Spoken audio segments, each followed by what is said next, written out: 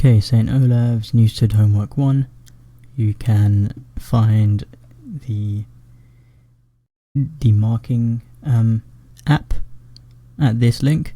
So just click on the homework tab, open your homework, and then what you'll be able to do is you'll be able to see your option on the side. You'll have to select each option. So question 1, you can select option B, etc. The same way you did for homework 1 for the year 5 one. It's not ready just yet as I'm recording the video, but I'm just going to walk through the entire booklet now. So first of all, taping and bracing comprehension. So basketball players are more likely than any other sports players to injure their ankles. The most common ankle injuries among basketball players are inversion, turning around, and eversion, turning outward. So these are two different types of ankle injuries. There are many factors that make basketball players especially prone to ankle injuries. The sharp twists, frequent running, constant jumping, and sudden stopping associated with basketball puts tremendous pressure on a player's ankle joints. The ligaments within that joint can only withstand so much force before tearing. Okay, now we've read quite quickly look at some of the questions to prime ourselves for the rest of the passage so we know what to look for. So, first question asks, the primary purpose of this passage is to A. Provide doctors information about how to treat common ankle injuries, B. Warn basketball players about dangers of ankle injuries, C. Inform readers about common sports injury and ways to treat it, D. Explain to readers the best way to treat an ankle injury. So we don't have enough information just yet to answer that. I can really assume it's not talking about doctors' information just yet because it's talking about basketball and it's just speaking to the normal person, I believe. But let's continue. Although there are several ways that players and trainers try to treat and prevent these injuries, there has yet to be a completely successful solution. Taping is a traditional method used by athletic trainers to treat ankle injuries. In this method, ankle tape is simply wrapped snugly around the ankle joint. Taping can be beneficial. So now I'm looking back at the title now. So the title is taping and bracing. So what I can assume is taping and bracing are two different ways of treating this particular ankle injury. So this whole passage is probably going to be about ankle injuries, right? So taping is criticized by athletic trainers. Taping is not very expensive, and when used once, taping is 3 times more costly than bracing, so that's the other type of treatment. This is due to the fact that tape must be reapplied for each practice and each game. So every time they play a basketball game, they have to reapply this tape, causing it to become very expensive over time. Taping also loosens with physical activity. After only 10 minutes of exercise, the tape will become 50% looser after 1 hour of exercise. Taping offers no significant support whatsoever. Okay, bracing is the other method, has proven to be more effective. It is much more cost effective throughout the season. So this is a season of basketball games, right? Several types of ankle braces are available to use, ranging from cloth lace on braces to more rigid plastic braces. Braces decrease the range of motion for the ankle. Okay, so that's important because I was talking about how most ankle injuries are caused by basically turning inwards or turning outwards, as we saw here. But so this is sort of preventing that from happening. So it does it better than taping does, and therefore helps prevent future ankle injuries. However, despite the numerous benefits of ankle braces over ankle tape, bracing is still not a frequent practice for athletes. Although braces are easily applied and maintained, the attitude towards bracing is fairly negative. Braces are believed to overly restrict movement capabilities and cause discomfort. Basically, basketball players think that bracing restricts their movement too much or stops them from being as fluid when moving, right? Both taping and bracing are typically only used after a player has already been injured. One of the most common attempts to prevent ankle injury in the first place is simply to use a high top shoe rather than a low top shoe. Researchers have found that shoe height does not improve resistance to eversion moments. Okay, so we don't need to know what this means. let's just continue reading and we can figure out what it's trying to mean. But also, aversion, it does explain that right up here. Aversion is turning outwards. Anyway, but does significantly increase the resistance to inversion moments. Okay, so wearing these high top shoes, which is basically like a shoe with a high top, so it's got a really high top, rather than like a trainer, which only your leg goes straight in to here, right? That seems to prevent inversion. But while high top shoes may help protect players, shouldn't spend a great deal of money on these shoes, because research has shown that expensive shoes often cause more ankle injuries than cheaper shoes. Air cells within the expensive shoes are thought to be responsible for this. Okay, so we've got lots of different things going on here. First of all, it talks about how ankle injuries occur. Next of all, it talks about taping here. Then it talks about bracing, which are two different methods of treating that. And then last of all, it talks about how to sort of prevent it using other types of shoes. So the primary purpose of the passage is, again, it's not to provide doctors' injuries information. It's not talking about common ankle injuries. It's only talking about basketball ankle injuries, right? So to warn basketball players about dangers of ankle injuries, I think it's actually talking more to a normal reader. So what it's doing is informing people who don't play basketball. For example, it could be me and you, right, who don't really know about this stuff. It's informing us about these injuries, right? Because if it was a basketball player, I think they might already know about most of this. Inform readers about common sports injuries and ways to treat it. Explain to readers the best way to treat an ankle injury. So I'm going to cancel out B, because again, I don't think the passage is directed towards basketball players. It's more talking to the average person and like sort of informing us about a common injury in basketball, different ways to treat it, which is taping and bracing, and also different ways to prevent it, right? So explain to readers the best way to treat an ankle injury. Not exactly, because it's not talking about, first of all, it's not talking about a common ankle injury. It's only talking about one that happens during basketball, or it's talking specifically about basketball. And second of all, it doesn't really say what the best way is. It just says bracing is better than taping, and these two are used in basketball, right? So we're going to cancel that out, and that leaves us with C. Basically, the purpose of the passage is to inform us about a common sports injury and different ways to treat it. Information in paragraph 1. The reader can infer that basketball players are more likely than baseball players to suffer an ankle injury, because basketball players, one of these options. Okay, let's look at paragraph 1. So are more likely than any other sports players to injure their ankles, and that is because it says basketball players especially prone to ankle injuries because of sharp twists, frequent running, constant jumping, and sudden stopping that is associated with basketball. So obviously basketball players have to do different movements than, for example, a baseball player. So let's see which ones it said. It said frequent jumping and sharp twists. So jump and twist more than baseball. This is a good one. Wear low top shoes, whereas baseball wear high tops. That doesn't match. Wear more ankle tape. Nope. Pay more aggressively. No. So there we go. A works the best because it's talking about how the sharp twists and the constant jumping is what is causing this injury, and we can assume that is they're doing it more than other sports players such as baseball players. Question 3. According to the passage, in which of the following ways is bracing a better choice for treating an ankle injury than taping? So bracing is less expensive. I remember them saying that. Bracing decreases the range of motion. I remember them saying that as well. Bracing is often considered more comfortable than tape. I remember them saying specifically that it isn't. So you can see, despite the numerous benefits of ankle bracing, it's not a frequent practice because they're believed to overly restrict movement, and that is the opposite of being more comfortable than tape, right? People are not using bracing because it causes discomfort, right? So I and II only is the correct answer here. Question 4 now. Which of the following statements from the passage represents an opinion rather than a fact? Both taping and bracing are typically only used after a player is injured.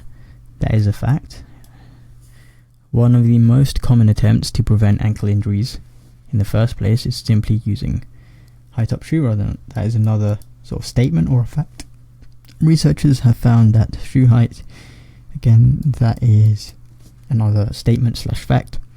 But while high-top shoes may help protect players, players shouldn't spend a great deal of money on these shoes. Okay, so this is an opinion because this is where the person is saying, I don't think they should do this, right? They're providing an opinion rather than just a statement. So option D is the answer here. Question 5. In the final paragraph, the author argues that wearing high-top shoes may do more harm than good in the long run. It doesn't say that. Can prevent every type of ankle injury from which basketball players most commonly suffer. He does not say that. Can decrease the likelihood of player developing a type of ankle injury. Neither increases or decreases the player's chance of injuring his or her ankle. It does not say that. So option C is what I'm leaning towards. I'm just going to look for some evidence in the passage just to support that. So can decrease the likelihood of a player developing a certain type of ankle injury.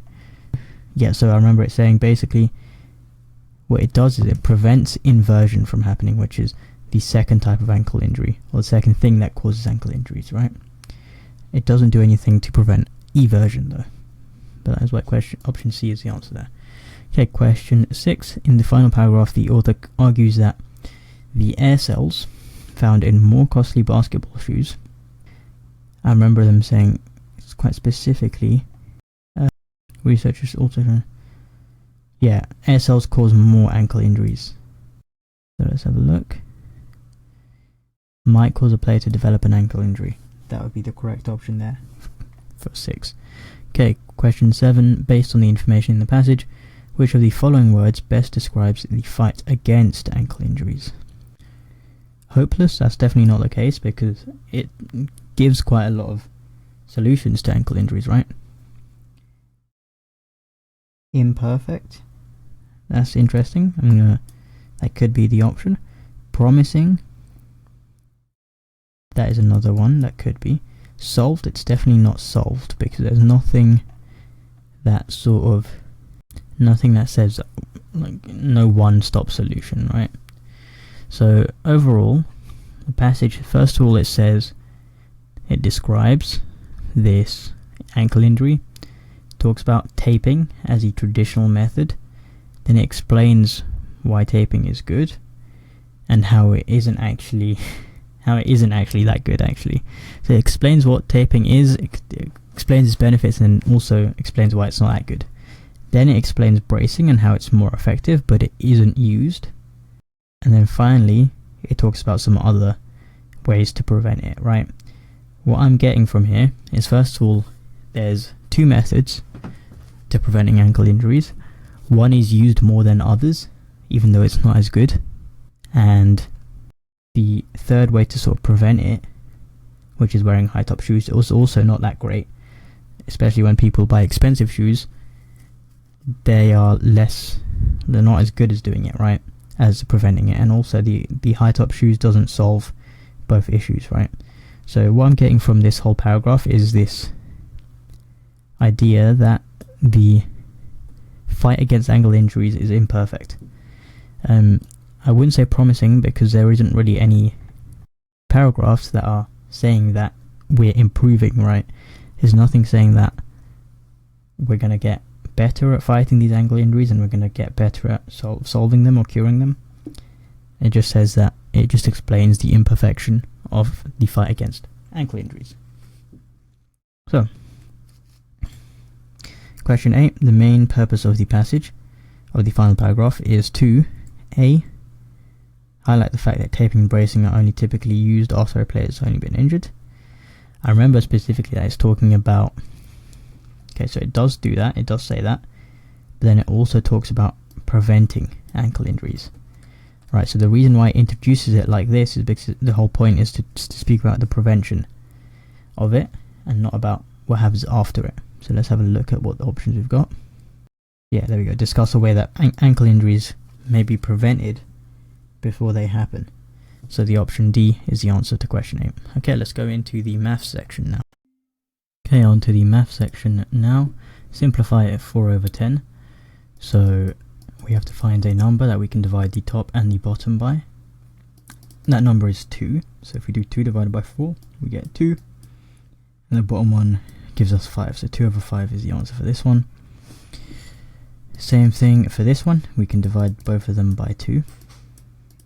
And that will give us 2 over 4. And we can actually do that again. If we divide the top by 2, we'll get 1. And the bottom will give us 2. So half is the simplest version of this fraction.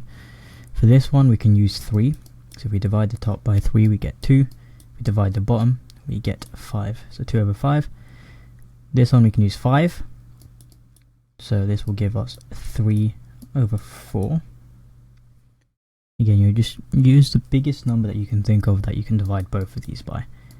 And then think of whether you can do it again. Right, so this one I'm going to use 10. And a good trick with anything with zeros on the end, if you're dividing it by 10, you can just cancel out the 0, right? So that'll give us 2 over 10. But you can see here, we can actually do this again. If we divide the top by 2 and the bottom by 2, that will give us 1 over 5. So that's the simplest version of that fraction. Okay, find the missing numbers. 3 over 4 is equal to 16 at the bottom, something over 16. So how we can find the equivalent fraction here is look at what happened from 4 to 16. We had to times by 4, okay? Basically, again, equivalent fractions, the same way that 4 over 8 is equal to 1 over 2. This is basically, you're either dividing it by 4 to get to this, right? Or if you're going backwards, you're timesing this by 4 and timesing this by 4, right? So whenever you're equivalent, the only thing that's changed is basically you've times the top and the bottom by something, or you divided them by something. So this is times by 4, that means obviously we're going to do the same thing at the top, which gives us 12 over 16. So these two fractions are equal to each other. Okay, so now for this one, this is divided by 3. We can divide the top by 3 to give us 2. So it's quite simple.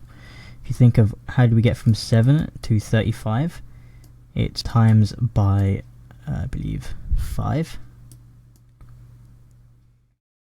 If we times 8 by 5, that would give us 40. And for this one, if we do 2 into 16, sorry, 2 got into 16 by timesing by 8. Or let's go backwards, 16 got to 2 by dividing by 8, right? So this one, we divide this one by 8, that will give us 5. So 2 over 5 is the answer there. Okay, from here to here is times by 4. So this one is going to be times by 4, and that will give us 16. And if we continue on, this was times by 11.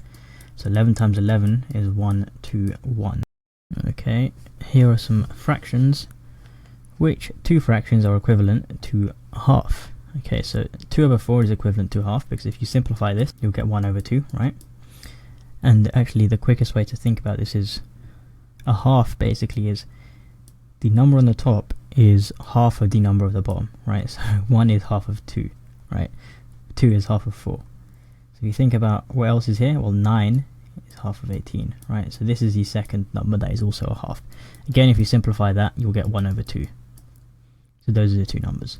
Okay, here's a shape made from 10 squares. Shade in half of the shape.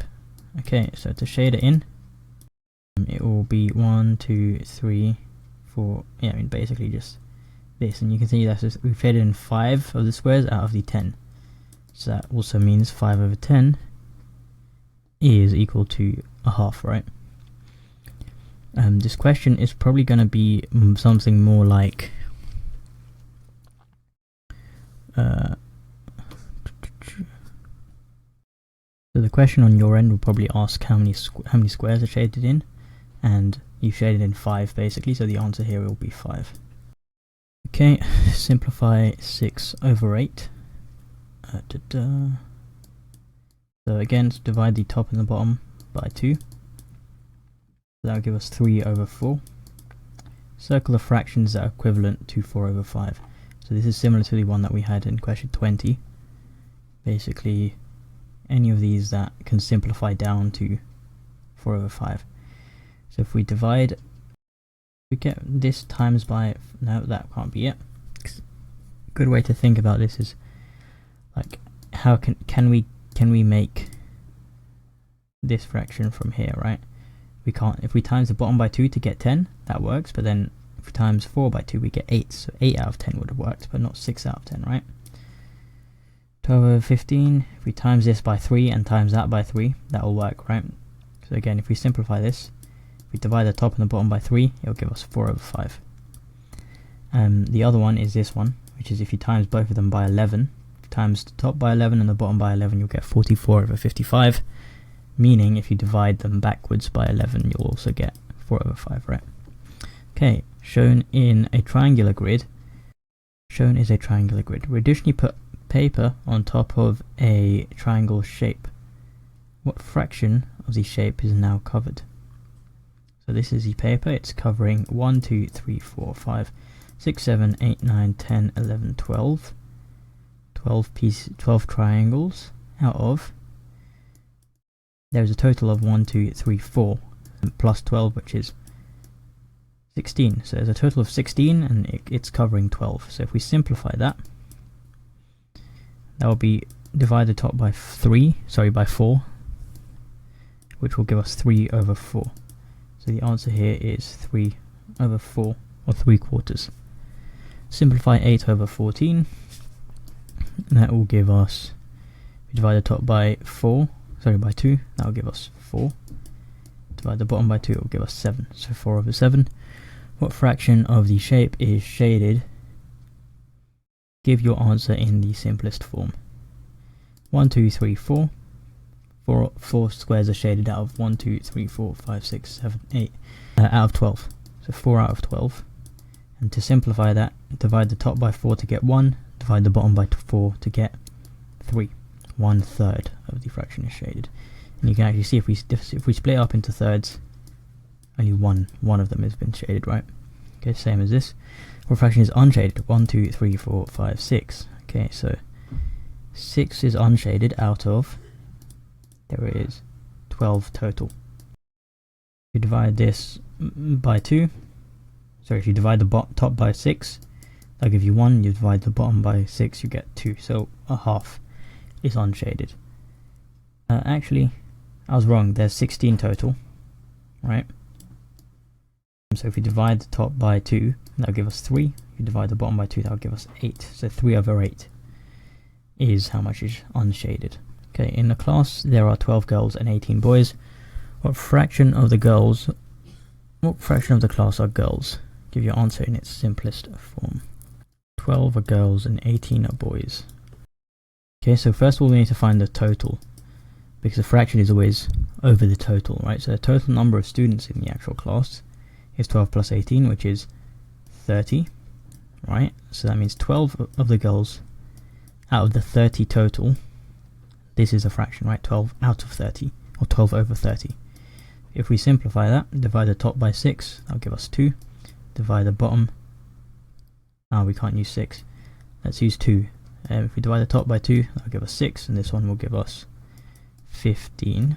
If we do it again, divide it by 3, give us 2 over 5. Okay, question 29. 5 out of 6 of this shape. Okay, I've changed the question for this one. The question is now how much of this shape is shaded. So we'll have to count them up again. 1, 2, 3, 4, 5, 6, 7, 8, 9, 10, 11, 12, 13, 14, 15. So 15 out of, there are 4 times 6, which is 24 total squares. You can count them if you want. Now we can simplify this if we divide it by 3, so that gives us 5 over 8, and that is the fraction of the shape that is shaded. Okay, what fraction of this shape is shaded? Give your answer in the simplest form. 1, 2, 3, 4, 5, 6, 7, 8, 9, 10, 11, 12, 13, 14.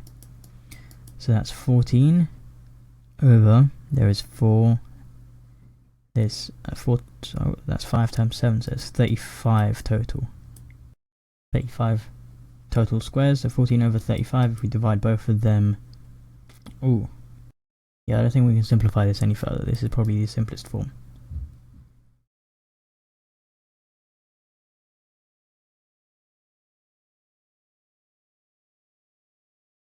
How 7 goes into it. So 7 goes into the top one 2 times, and the bottom one 5 times. So 2 over 5 is the simplest form.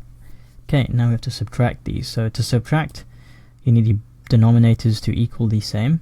So we have to change this into an equivalent fraction that has 8 at the bottom, right?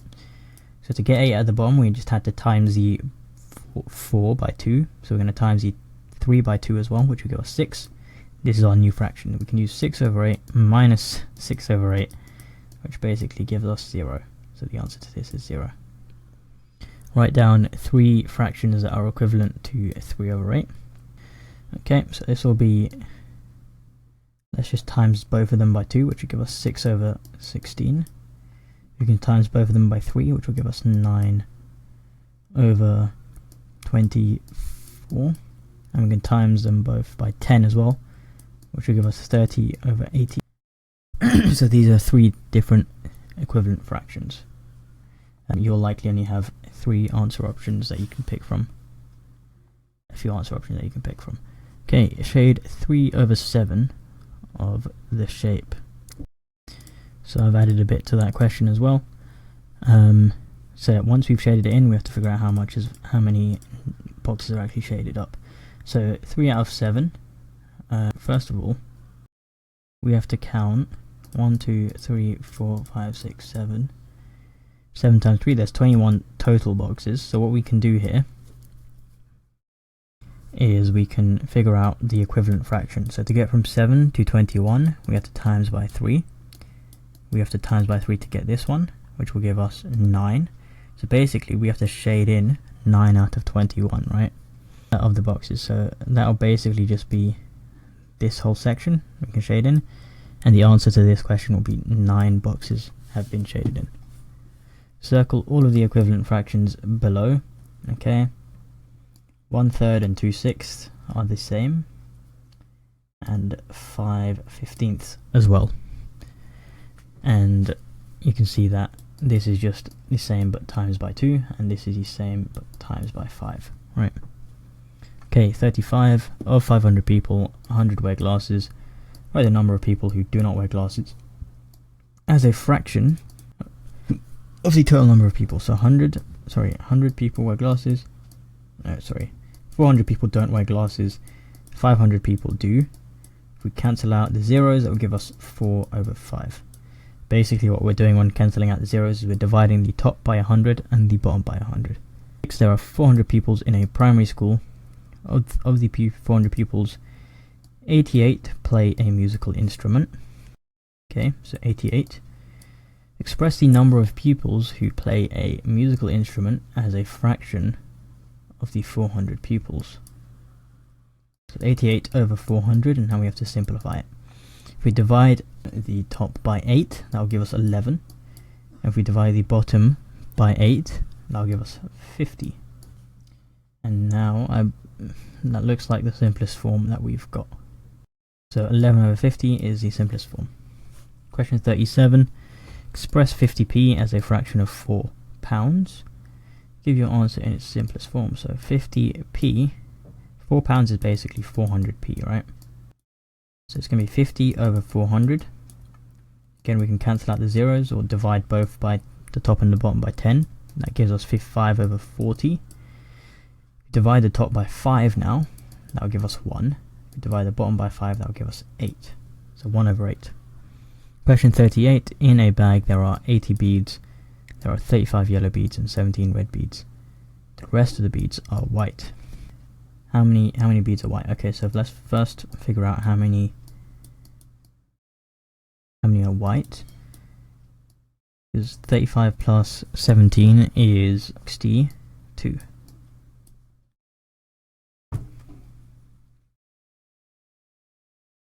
Sorry, it will be 52. Now, that means there are 28 white beads out of the total 80. Now, if we just simplify this, we can use 2, and that will give us of 14 over 40, and then we can simplify that even further. We can use 2 again, and that will give us 7 over 20. And that is the furthest we can go because 7 is a prime number. So 7 over 20 is the fraction that we're left with. Just to double check that, we've got 35 plus 17, 52, and then minus 80 gives us 28, and then 28 divided by 80 is that. Okay, perfect. Yeah, that's the answer. Okay, verbal reasoning now. 39. Which of the words is the odd one out in terms of which word types it could belong to? Okay, so we need an odd one out here. Chair, desk, swing, vase, bench. Okay, so a vase is the odd one out because all of the other ones you can sit on. Yeah, even though a desk is not something that you're meant to be sitting on, I'd guess you can. I'm not sure actually. Which of these words? Okay, so this one is supposed to be selecting 2, I believe. So desk and vase are odd, whereas the rest of them you're meant to be sitting on them, right? Which pair of words is the odd one out? Short, shorter, capture, capturer, blue, bluer, dirty, dirtier, fast, faster. Okay, so B, capturer, is a different meaning to capture, right? Whereas all of these ones, right, these are just making it more, right? So short, shorter, right? It's making it, what's the word for it? I think they're called comparative verbs. So it's basically adding the ER that's making it more exaggerated. So bluer, dirtier, faster. Whereas capturer is just a whole different person, right? It's a different, capturing is a verb, but capturer isn't even a verb, right? And yeah, these ones are all adjectives as well. Okay, so question 41. Robert placed the book under the pillow. Which word in the above sentence is the preposition? Under is a preposition because it's telling you the position of the book. Like, yeah, that's sort of how you can remember what preposition is. Position. Question 42. Each letter used in the following words corresponds to a single-digit code number. The number codes for 3 of the words are listed in a random order. Okay. So for this one, we can just look at which options have the same number. So we've got 4 and 4. So that means there's a letter in the second place and the third place. Let's see if we've got that in any of these options right here. Actually, we've also got 2 and 2, which means a letter has to start, so it has to be R, right? The letter has to start with, there has to be 2 words that start with the same letter, which is rear and race. Rear is probably this one because it's got 2, right? So it ends and starts with R. Race is this one, right? Okay, so now we know that 2 is equal to R, 3 is equal to 1 is equal to A. Okay, so we've already got half of this right here. We've got A, R, E. Now we just need to know what 4 is. 4 is C. So because of this. So there we go. Care is the answer here. Question 43. Alan, Brenda, Cindy, David, Alina, and Fred are sitting in a circle to play a game. They sit in a random order and are evenly spaced. They watch in clockwise direction. It is Fred's turn. 2 turns after Alan. Okay, so let's think of Alan, B, C, D, E, F, right? So it says they play in a clockwise. Fred's turn is 2 turns after Alan. Okay, so we're gonna have to redo that. Basically, we've got Alan here, then we've got someone, and then we've got Fred. David sits directly opposite Cindy, who plays before Alina. Okay, so David, how many people there? There are 6 people here. So we've already got 4 people here. We can only have 1 and 2 here, right? So that means David and Cindy are going to be here, probably, something like this. Actually, Cindy plays before Alina. So E, depending on where we start.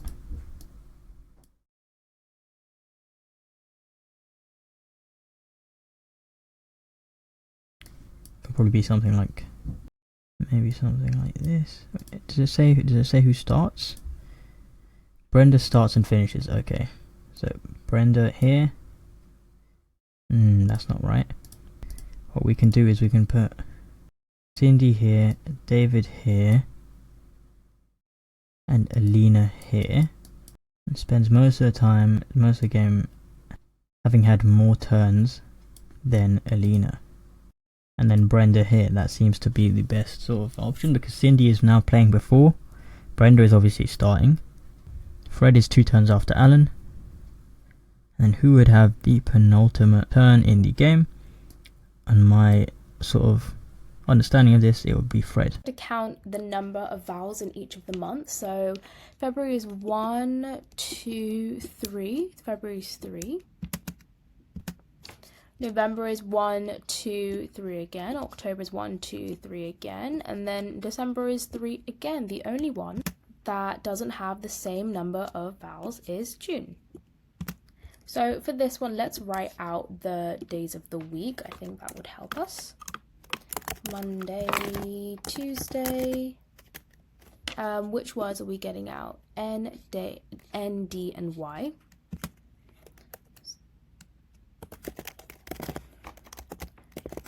Wednesday. Actually, we can honestly just take out the end because... Oh wait, we're not taking out.